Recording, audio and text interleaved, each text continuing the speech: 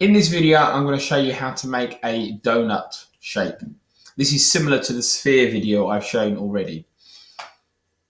First things first, I'm going to find a circle. I'm going to draw that on the ground.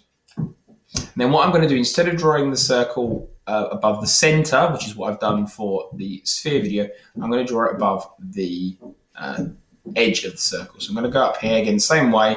It flips, hold down shift to go down, lower. I'm going to drag out the shape. I've drawn that a bit smaller. If I orbit, so I've got a sphere above a circle, above a circle, but this time not above the center of the circle. And then what I'm going to do, I'm going to click on here first to select this. Then I'm going to use the follow me tool, click on this, and it will create a sphere. And what happens again is moving this shape around the edge of that shape. So it gives you a donut.